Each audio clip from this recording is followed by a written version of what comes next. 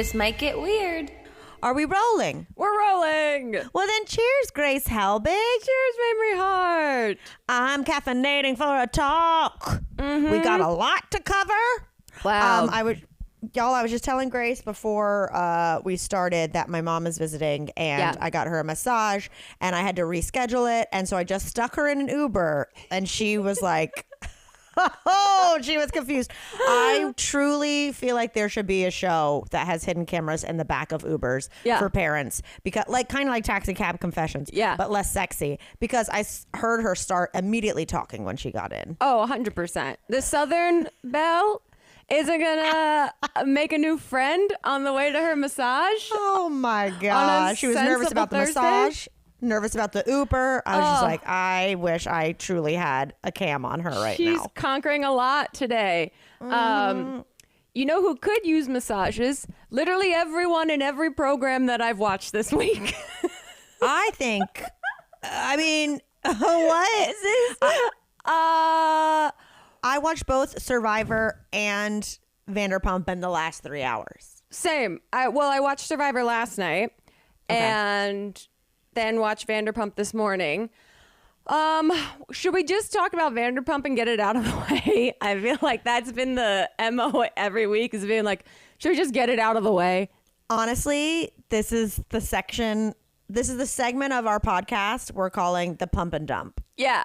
Well, did you see the news that they are not filming right now? They're taking a break. The show's not canceled, but they usually pick up cameras like now and film through the summer, and they're not doing it because the Scandival is like run dry and they want the cast to like go live lives and like have developments in their lives that they might come back to. I think it's like they're all just sort of, circling around the same drain at this point, and they're like, go be people in the world.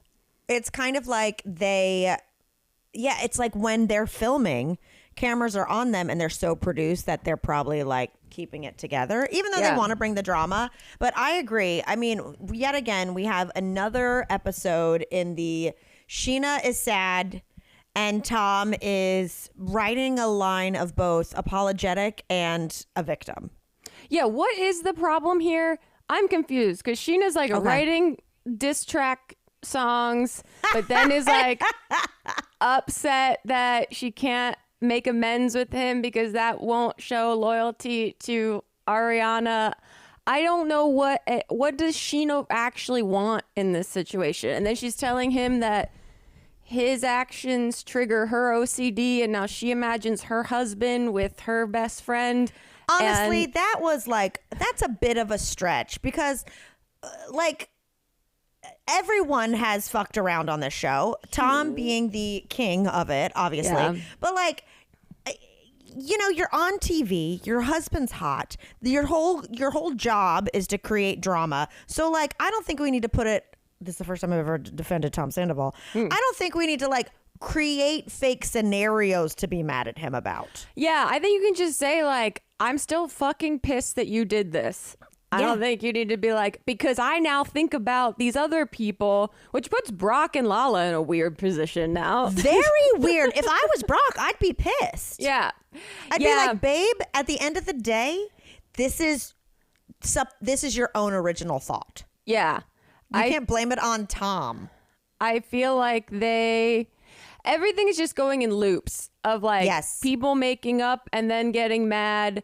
Katie and Ariana almost opening the sandwich shop and then something. Oh my God. And then they have to take down an entire outdoor seating section. Did we not clear this before this got built? Because that was half of the beauty of the branding of it. Yeah, the yellow stripes of it all. Okay, two things. One, I have not fact checked, and I don't want to pull a RuPaul is stepping down fake news on this.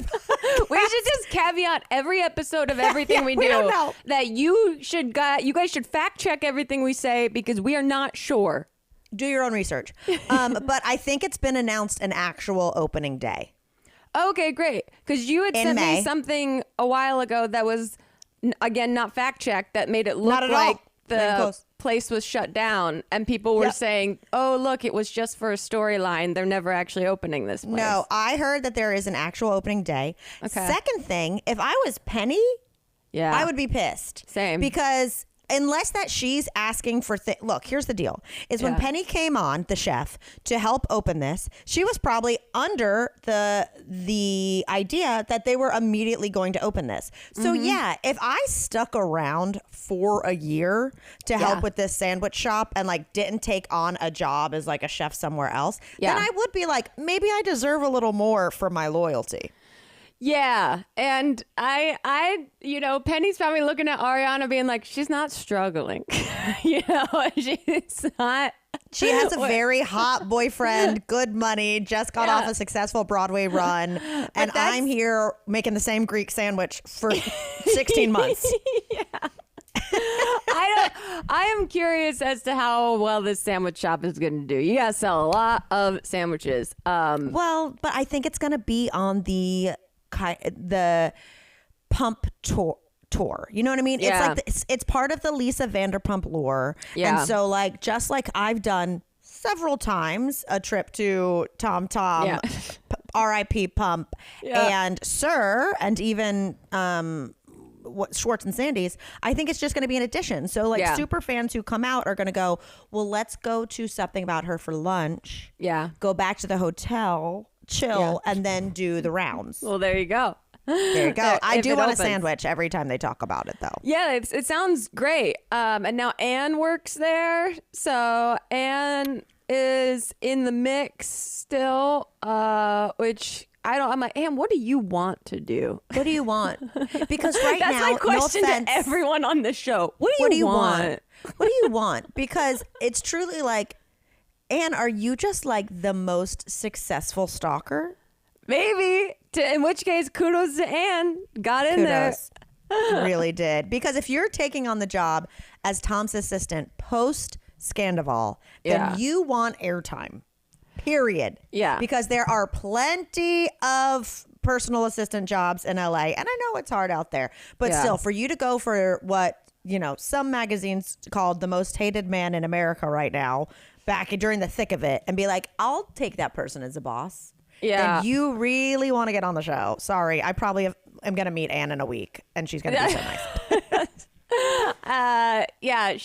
But maybe it was all just to get towards Ariana and Katie, and if so, successful. She did it. Love it. All right. Well, pretty uneventful episode. Yeah. Once again, it's always someone's birthday. Why make them dress up all the time? When Brock was like, let's do a roaring 20s, and then they just went to a rooftop bar all kind of dressed goofy and similar. And I was like, do you guys enjoy this? Like, does this make this more fun? Or do you guys feel like little marionette puppets that have to perform for everyone out? Truly. I mean, I love a theme party, but it's also like Lala's birthday at Burlesque was way more 20s than this. Why are we in San Francisco for this? I don't know. It felt a bit like shoehorned, but fine. Pumped and dumped. I did love, though, that when Ariana was like, there is a double standard of like male rage versus female rage. And Brock was like, what kind of male rage? And they were like, here's 7,000 examples from our archives immediately. No, totally. In my mind, Ariana is still killing it. I don't fault her for anything. And this is the first time that it's come up that it was like, hey, dude, you saying about like suicidal thoughts, like trigger warning stuff. Yeah. You calling that out on camera is in itself a whole other layer of deceit. Yeah. Of terrible narcissistic shit. Yeah, that's why it's like, I would love the camera to just follow Ariana going to Broadway, getting a new house, doing her own. Like, I wish that they would do that rather than take a whole season off. Like, show us her ascension, essentially, and what that looks like. That'd be very interesting to me, but who knows?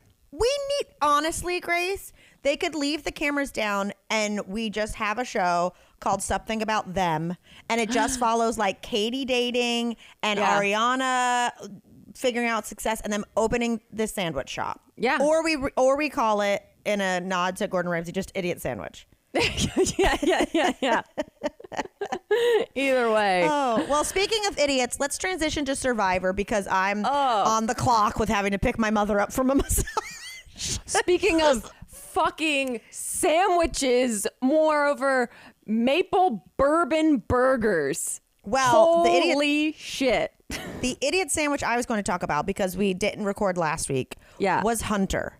Because Hunter going home with an idol in his pocket, I think is, I mean, we have a big one this week too, but like that was the flop of the century. The fact that he had an idol, and here's the thing, if you're at Tribal and you are so paranoid that you are freaking out, asking everyone, are you going to vote? Then like you already know to use it. Yeah. You already know. I don't know your what gut happens. is telling you something. I don't know what happens. There is a big disconnect from watching it on TV to being there, obviously. But this has happened now multiple times in this season. The entire jury is a jury of blindsides right now. Every single one of them, which is wild that people are like playing the game hard, which because everyone wants their resume, which used to not be a thing. I know. I saw some tweet that was like, can we please remove the word resume from everyone's language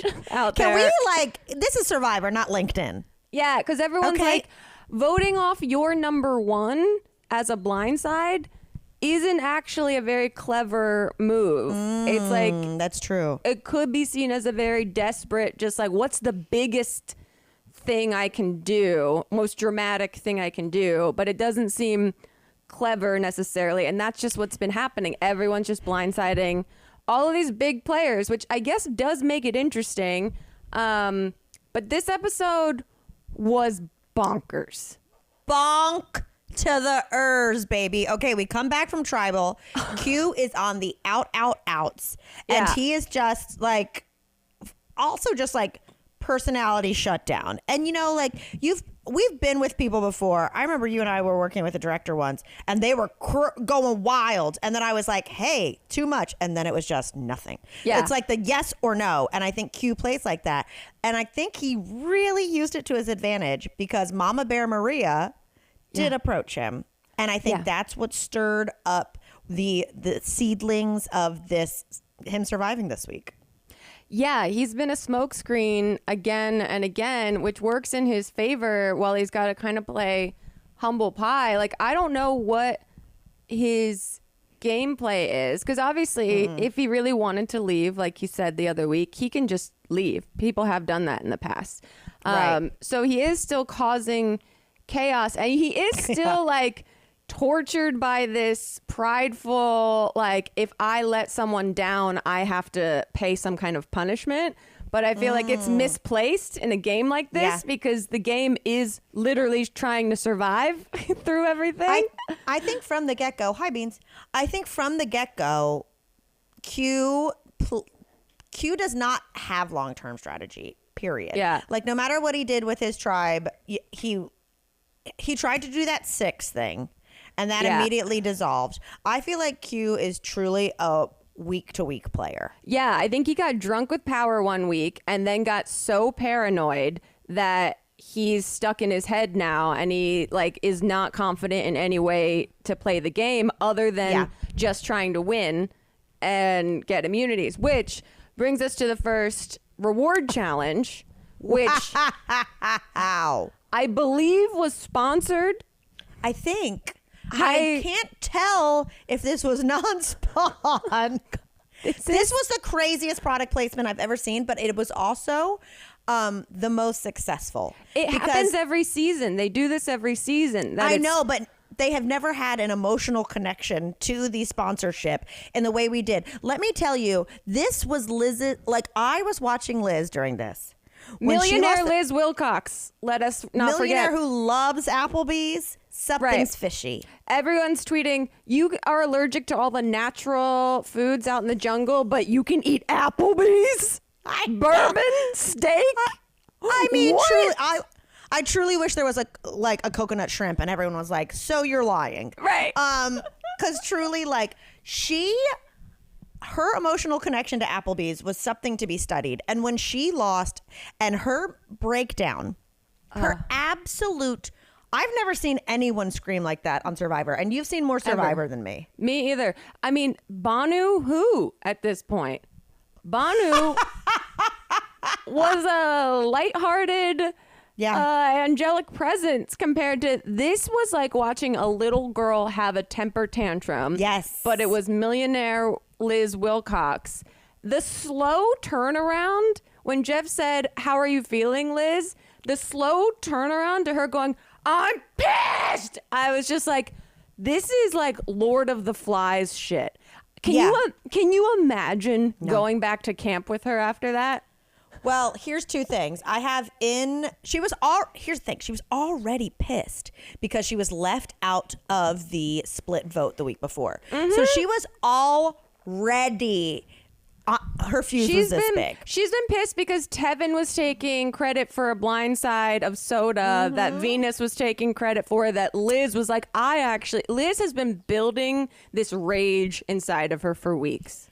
What day are we on? Like, are we in the 20s? I think we're close to like 3 weeks. Okay, so this is a 20-day hangry buildup. Like, she has not fucking eaten. And the idea that you would even go on Survivor when you're allergic to all that. She said, "I'm allergic to coconut, most fruits, chicken." I'm like, that's the only... So you can only eat rice. Got it. And she has said, "I can't eat the rewards I'm given." So it's like, look, this sucks. This is why I won't be on this show, nor will I ever try to be on this show, because I do know I cannot handle it. Yeah. And Liz had it wasn't meltdown. Even a one. I couldn't, because we've already seen in the previews, "I'm pissed," that clip. So I was like, I told Elliot, I was like, oh, this woman's gonna lose it because the previews show it. And then when she continued screaming and then continued screaming to Q specifically about how he ruined her game, like, what did he do? Honestly, I don't remember. I have a note to be like, go review the backstory. I don't remember the Liz and Q of it all. I have in bold, this is Liz's villain origin story. Yeah. Like, I saw something in her face that I was like, move over, Joaquin. She's the new Joker. Yes. Especially I was scared of her. When she said, "Okay, sorry, back to your regularly scheduled program. I don't think I've yelled that much during my divorce." That is chilling. I would be like, ooh, I'm going to sleep in a different bed than where Liz sleeps tonight. Yeah. Oh, absolutely. And I don't know if you caught it. And like this, it was just a tiny thing where she was like, "I get my daughter on Wednesdays for Applebee's." So yeah. I think she doesn't have custody. Yeah. From the divorce. Oh, for sure. So now it's like an extra, this is my lifeline. So Caroline from previous season tweeted that, like, "Liz, I get you. I was you. It was never about the hamburger," which is obvious. It's true. No, it's because Liz she's only seen her daughter eat Applebee's for years. Like, Applebee's is her daughter. But that also, at one point, I was like, what if she's lying? What if she's just lying just so that she can actually try to get to eat and it's not working and she's throwing like a temper tantrum? And maybe one time she went to Applebee's with her daughter and she's like, they have the pic of the pizza and the bourbon burger. So they fact checked, because I thought that too. But who got that pic? When did they get that pic? Like, because I'm like, if they went back after the season was done and when they were like, "Liz, could you send us a picture?" Because who's with them? There's a third party with them. She said it's just her and her daughter that go. Just her and her daughter. They put their phones down and they just have their time. Maybe a waitress took that photo. A server took that photo. I don't know. Wow. It all seemed like it. I'm not discounting the emotional connection. I just came from therapy myself and talking about my own dog and emotional connection to it. So I get it. But this was this was truly like a trauma dump onto everyone else on the island. This was from the depths of a place we have yet to see emotionally on Survivor. And when you say the lie, I mean, I'm sure look, I bet it's real. But I'm sure when it's real. You say, what if she's making this up because she's so hungry and she needs it? And I also thought, millionaire who only goes to Applebee's. That's what I'm saying. I'm saying there's some holes. I'm saying there's some holes in the story, and people will do crazy things when they get hungry. I will say that while I myself am not an Applebee's fan, unless they choose to sponsor us, when I saw the spinach dip revealed, oh God, and the mozzarella sticks, if I had a nickel for every time I cried over mozzarella sticks. When they were eating, like I've said before, there's something so satisfying about watching hungry people eat, especially when it's just greasy, gross Applebee's finger food. I was like, this is whatever that blue goblet was. There's no way they put alcohol. God. There's no way they put alcohol in that, right? Because these people would be black out. They get boozed. I've seen people, they'll get a little crazy at the end of it. They absolutely. I saw, a couple things about the Applebee's shed. Yeah. One, you know what would be so satisfying about that rum drink? Yeah. Is that it was frozen and they haven't had ice. They haven't had a cold thing. Yeah. Because 100%. I don't know. Maybe that well is temperature controlled, so you're not just drinking like hot water. But the idea that you'd get a cold thing when you've just been in the sun for so long would be so satisfying. Also, two things. I got so many things. One, during the challenge, you knew Q was gonna go fucking hard because he's got nothing to lose, and it's also like he's an athlete. Like he does football. Like the kind of training and drills they do are amazing. The net is where I would have a panic attack, and I would be the first player to have to be cut out of the net. Same. Yeah. It was every time I see someone in the net, I have to look away. It is too tough to look at, and I know it's an open air net, but I'm like, they're gonna suffocate. This is terrible.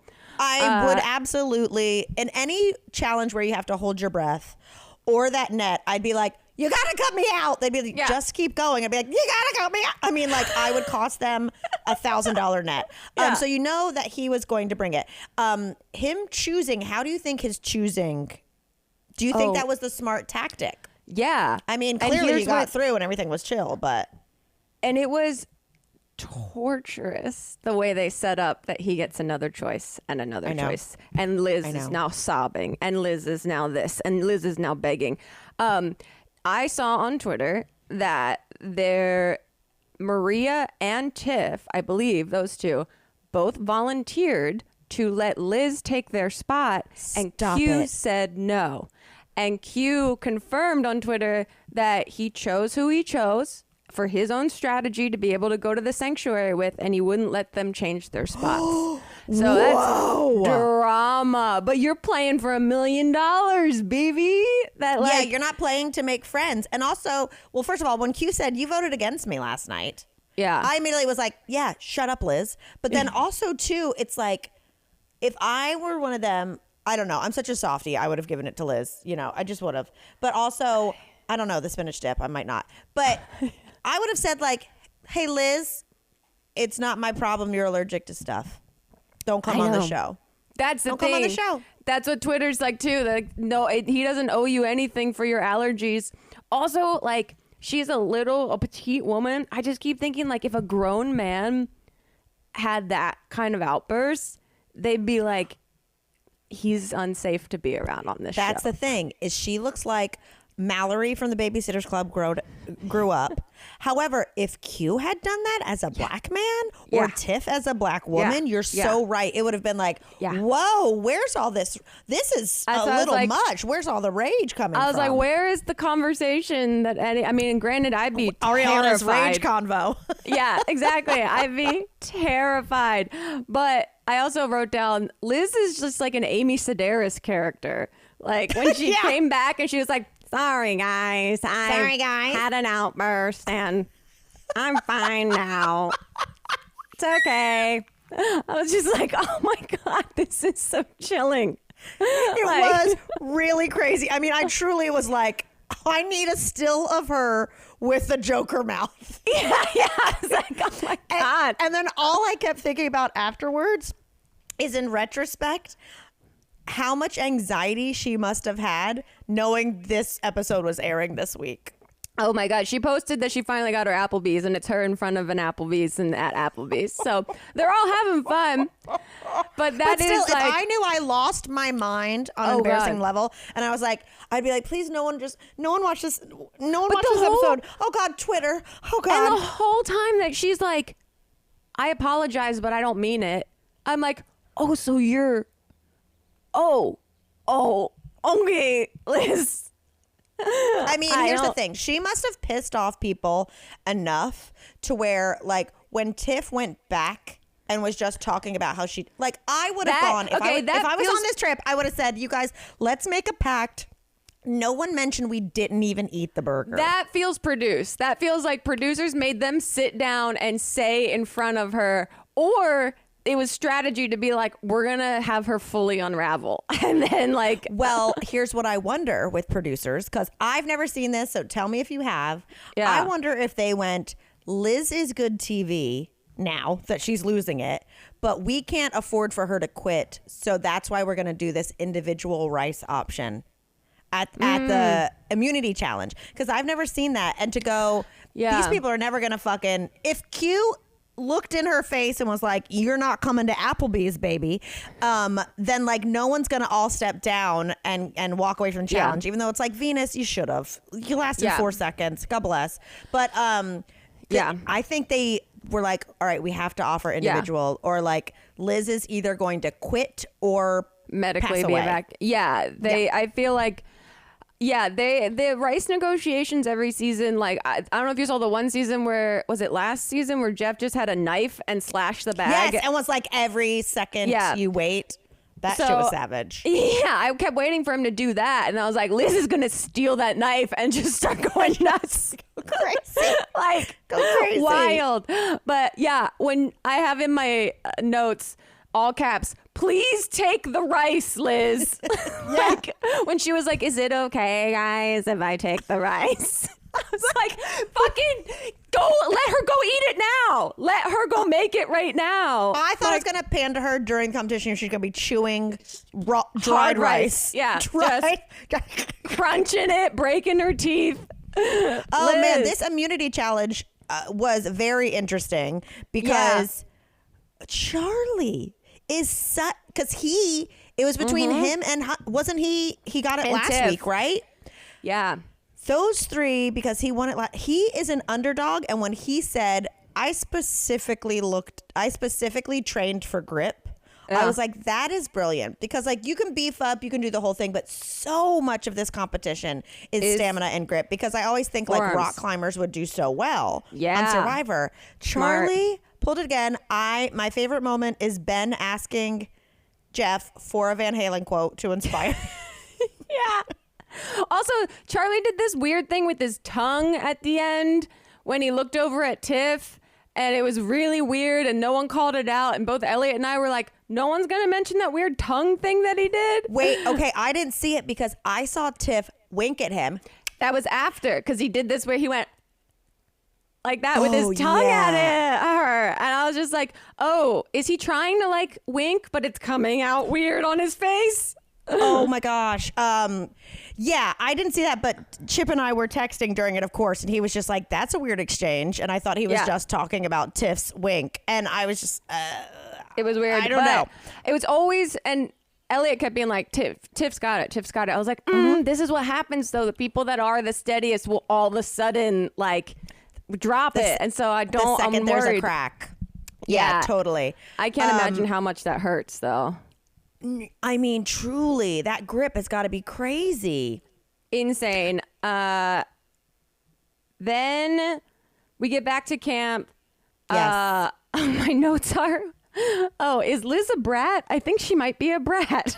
I think Liz is quite the brat. Here's the thing. Liz, with her attitude and also with her glasses. Yeah. Like, I just see her, like you said, the tantrum. The 5-year-old, like I absolutely, like I can picture it.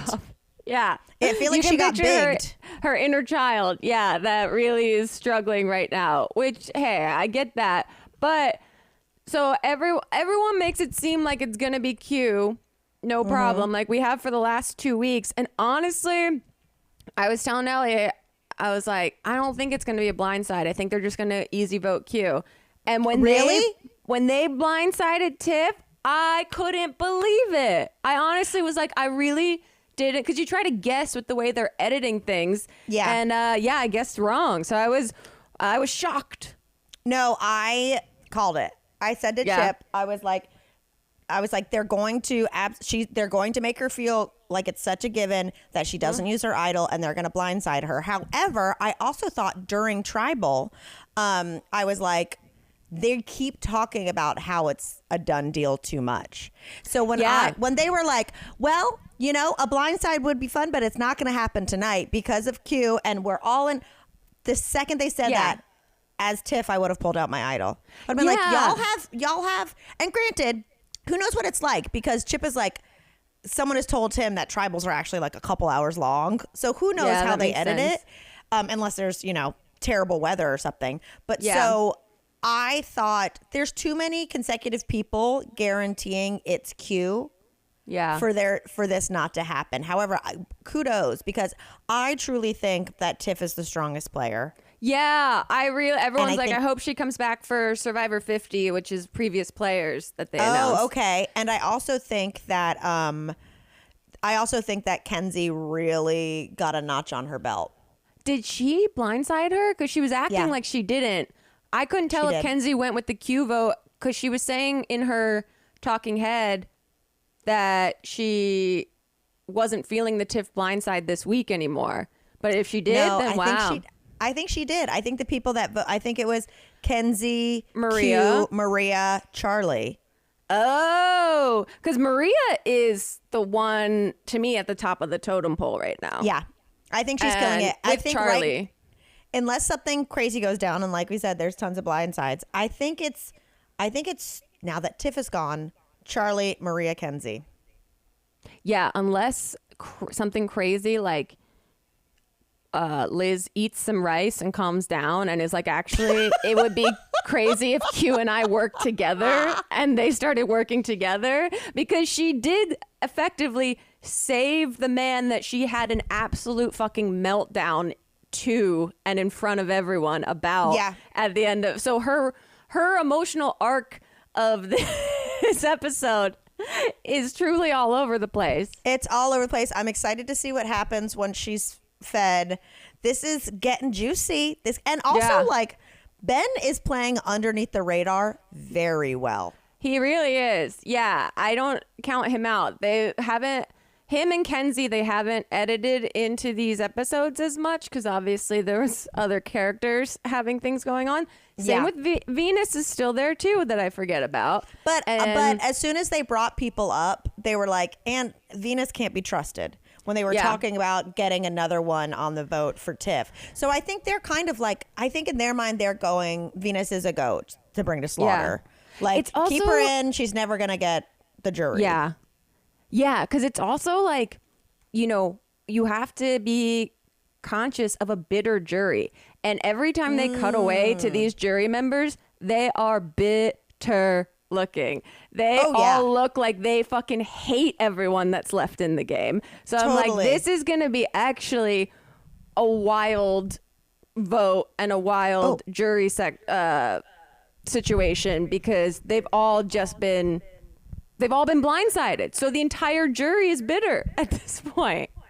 Totally. We'll see. Well, I'm excited. I'm so glad that something is great, since, you know, Vanderpump sucks. But we're going to figure out stuff. I know we're just kind of riding on the Survivor right now, but you know, Drag Race All-Stars is coming back soon. So I don't want to like hop on too many things. Thank you for all the suggestions. I also feel like Survivor, these episodes are going to get juicier and juicier as we get into this intense gameplay. So it will be actually enough for us to talk about. With the seasoning of Vanderpump Rules and eventually Drag Race All-Stars. So if y'all didn't watch Survivor with us, we warned you. Warned you. Slow start, and now we're fucking in it. Holy shit. We're fucking going. Oh, crazy. Man. Well, speaking of going, I have to go pick up my mother from a bus. Yep. I never, like, just saying that, I sound like some weird some weird grown-up man who lives with mother. So, Yep. okay. This got real. Yeah.